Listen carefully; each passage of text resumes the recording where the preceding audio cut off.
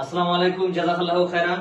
আজকে আমাদের আর্নিলিভের পক্ষ থেকে হবিগঞ্জ জেলার বিভিন্ন জায়গায় যারা বন্যা ক্ষতিগ্রস্ত হয়েছে, বন্যা ক্ষতিগ্রস্ত পরিবারের মধ্যে আমরা আমাদের আর্নিলিভের পক্ষ থেকে খাদ্য সামগ্রী নিয়ে যাচ্ছি।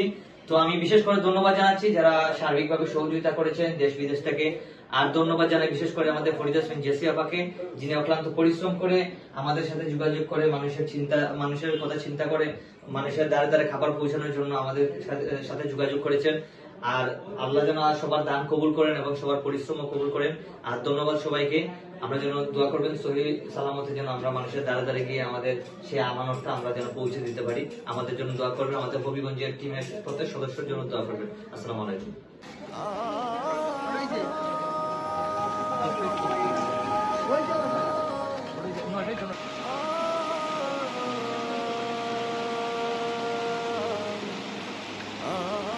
তো এখন এই মুহূর্তে আমরা নবীগঞ্জ উপজেলার উমরপুর গ্রামের মধ্যে রয়েছি, যে জায়গার মধ্যে মানে অধিকাংশ পরিবার কিন্তু ক্ষতিগ্রস্ত হয়েছে বন্যার পানিতে। তাদের ঘরে ঘরে গিয়ে আমরা এখন খাবার দিয়ে আসবো।